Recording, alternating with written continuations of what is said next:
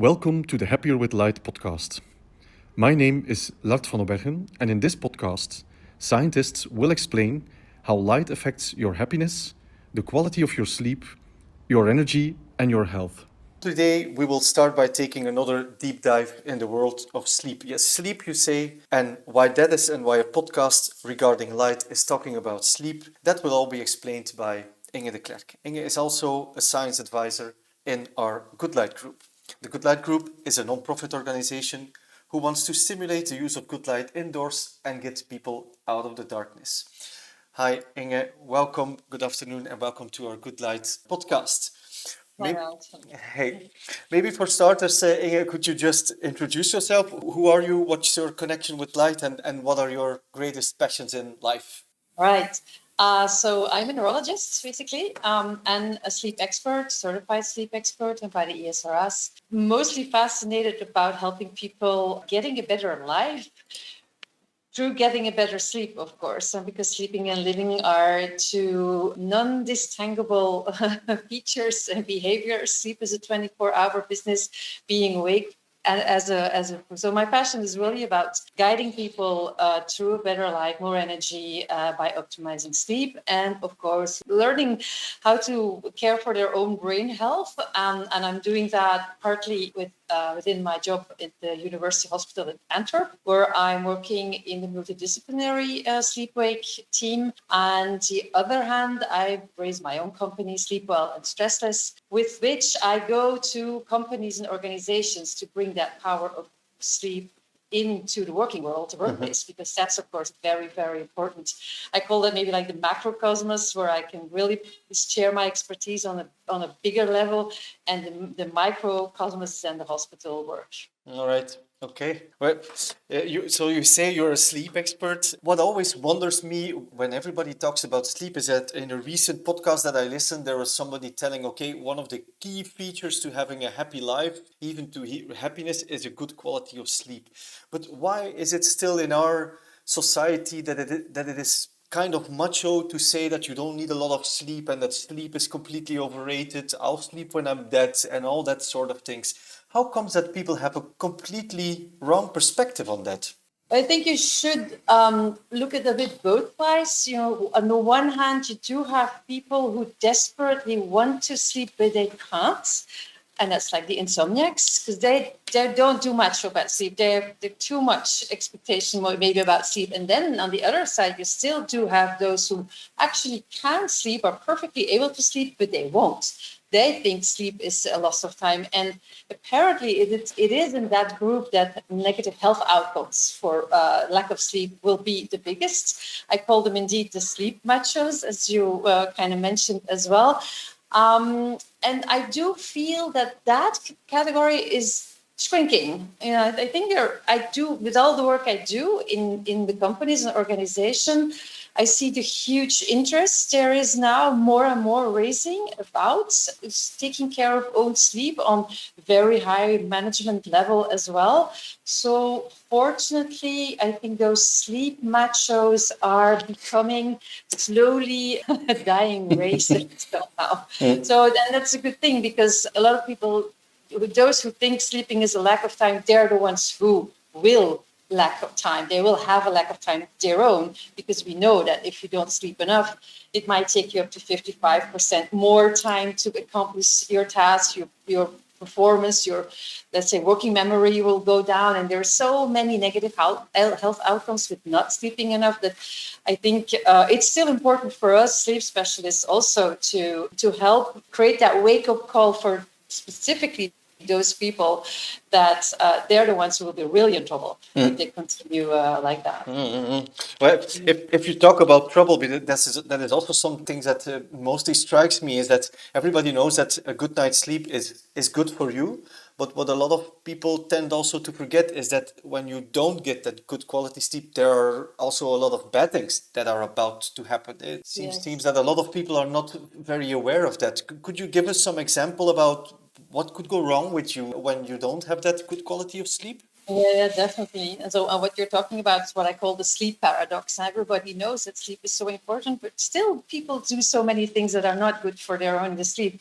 But negative health outcomes of not getting enough sleep, not getting enough quality sleep mostly, or not sleeping on the right time, which is a very important one as well, are in like immediately, of course, that a lot of people know. It's like fatigue, being sleepy, not having good concentration or memory. But it's more on the long run that we have to look at the negative health outcomes. We know it is very bad for your brain health as person. So we know you will have higher risk of neurodegenerative diseases. Someone who sleeps on the average less than 6 hours per week will see its mortality go up with 13 to 20% mortality risk. With every hour of sleep, less hours if you get per night, you'll be more procrastinating. Your working memory and performance will down by 20%. So, and then on the other consequences on the long run are, as I said, mortality risk, but also more cardiovascular diseases, more obesity. So of course more diabetes, also more autoimmune diseases also, for example, and that's a very, very good study that has been done with the UK data, which is, of course, a huge data bank. They were also able, because now they use the genome Y association techniques and others, making them able to go more into causal relationships also, linking the outcomes, negative health outcomes over 20 years to bad sleep or not restorative sleep. So translated is someone who sleeps on the average less than 6 hours for 20 years in a row will have up to 20, even to 40% more chance to develop chronic diseases. And people don't always make that link. And that's why it's so important for us to make that link, because look at those, like, say, some managers, for example, who are maybe kind of obese, and they are taking pills for hypertension. They might have other health problems, so hypercholesterol, too much cholesterol, a lot of other things. So might have some articular or autoimmune diseases, and they will not have linked that to the fact that they've been sleeping so badly. They will have linked it to the stress or whatever, but now we know that is also linked to the bad sleep, and that's very important to know. It's not only on the immediate run, is it mostly and even more importantly on the long run. So if we want to stay healthy as a human being with a healthy brain, it is so crucial to take care of your sleep throughout the lifespan, actually. Yeah, so I understand. So basically, in the long run, it kills you. That's exactly what. Yeah. Sleep disorders and the one more than the other one, and not getting sufficient sleep, not getting enough restorative sleep is definitely a killer. Yeah. If you could define in a way what is then that good night's sleep, are there some basic parameters that you need to take into account? Yes. I always say it's like, actually, for your sleep to be really restorative, there are 3 pillars. There is the quality, of course, there's the quantity, and there's the timing. And all 3 are, we can't really range them into degree of importance, but they are all important. And research seems to indicate that it is quality that will be more important than quantity, for example. But the timing is also a very important one, of course. That's also a bit where light comes in, because the sleep timing and light are very, very, very intrinsically linked, of course. But sleep quality and light are very intrinsically linked as well. Yeah, well, we are coming to that. What is your opinion at the side note to that on what people wear today as wearables to control or monitor their sleep? What is your personal opinion on that? I find there's a lot of things to say about it. Firstly, sleep is natural, and if you take care of your day and your daytime activities, that natural propensity to sleep will really be there and do its work. So that's, for me, a reason that we don't need to measure our own sleep. There is a sleep disorder now called orthosomnia, which is the kind of sleeping problem that is linked to people who are controlling too much their own sleep. They are so much in control that they are sleeping badly because of the control. And the other hand is that there's research enough now, and they're continually looking at those wearables to see to what extent they can really tell something about how you sleep or how much you sleep or when you sleep.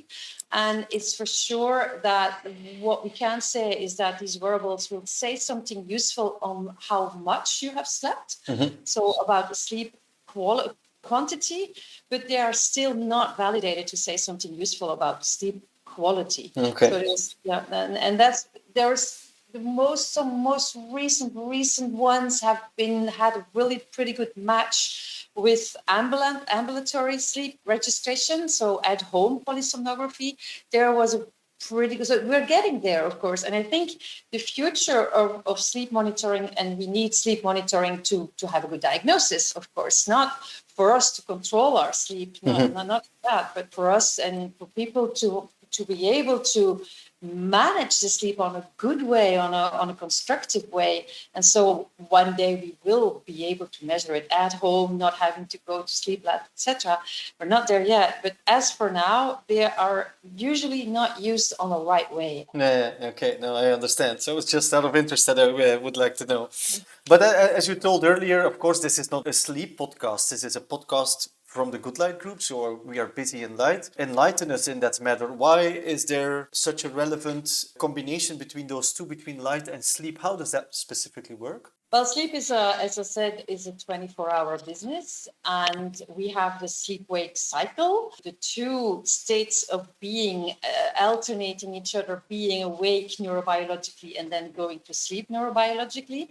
The sleep-wake cycle is piloted by our central clock and the master clock in the brain. That's the closed system, as you want to say, but we are not closed systems, we are open systems, because exactly that sleep-wake cycle is constantly directed by what we call the external factors. You can call it the external pilot and light, and we call them also the side givers, the time givers, because they tell the clock to what direction to move on to actually sleep or wake, etc.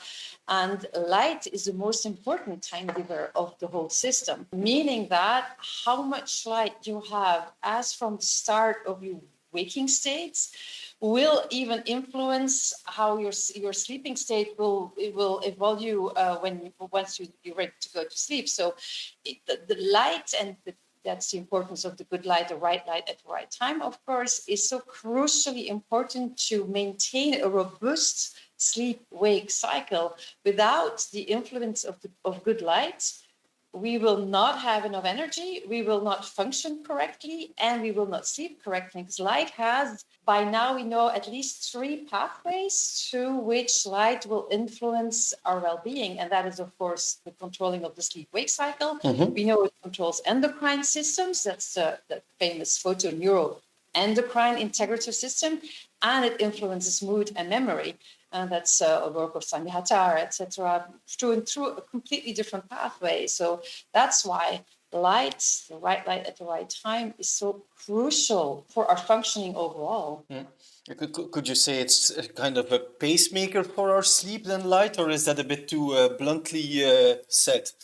Yeah, maybe that's a bit blunt. I like the term which has been used for ages now, which is a time giver. It's a cue. It's more like a cue. The pacemaker is basically the central clock, actually. That's the central time giver. That's the it's not really a metronome either. That's what the central clock is for us.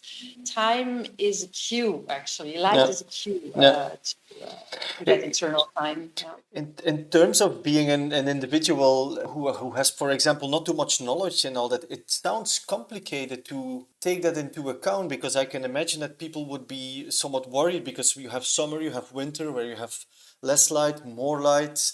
Really, as an individual, what would be your takeaways to say, okay, but these are really the things that you have to take into account to have that good light in an easy way? It's actually basically very simple. You need a lot of bright light or natural light or equivalents of natural lights as from the start of our biological day. And so that needs to be light which is bright, so very, very, very bright, very luminous, needs to be cold, and there needs to be some blue spectrum in it. And by the end of the day, as from 2 hours before our biological night, we need dim, warm light without blue spectrum, for example. So we need a little bit of light. We need dim light conditions in the hours before going to bed, and we need enough bright light.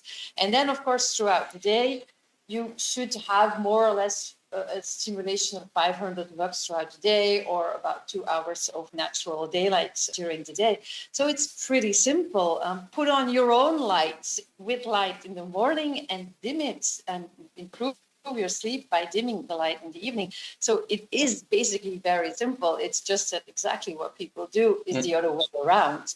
They get up, it's dark, they go in the cars, they go in dark and bad lit offices, and then in the evening they get out the smartphones and the light in the houses put on brightly, etc., which is exactly the inverse of what we need. Exactly. But what you told immediately worried me in terms of what I see a lot with children, because they tend to have that bright light late in the evening, just before they go to bed, with tablets and all that kind of stuff. Those things seem to be things that you need to worry about.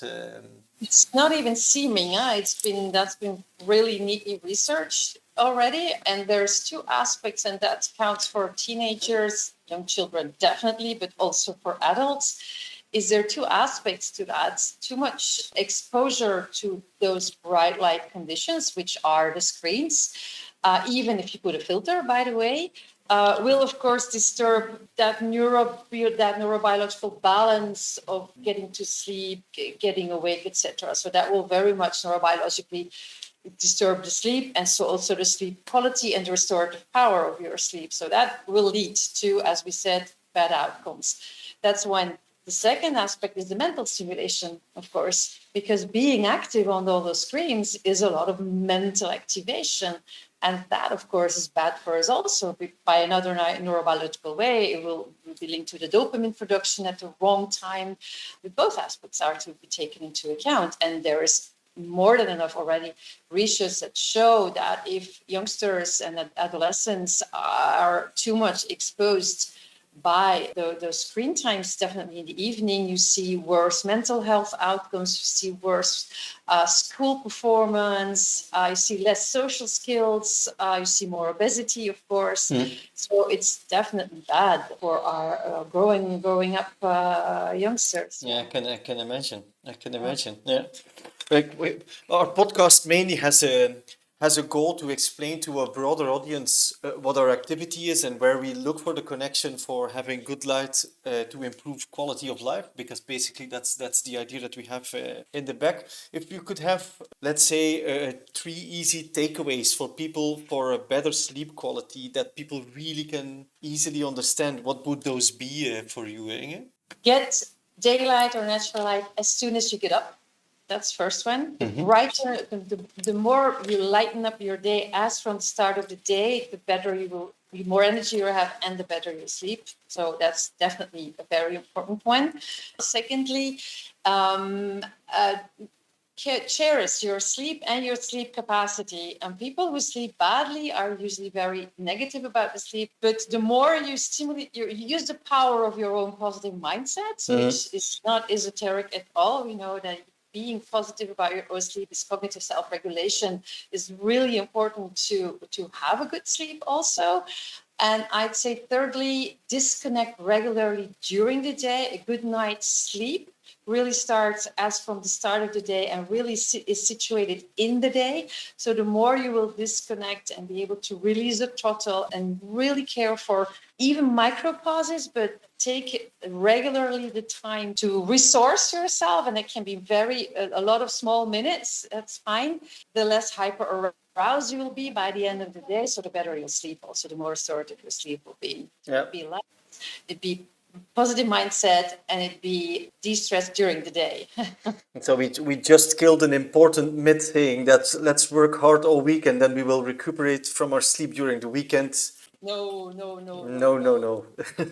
Yeah, I just wrote a new book. It's coming in the month. It's in Flemish for the moment. It's called Brain Rest, actually.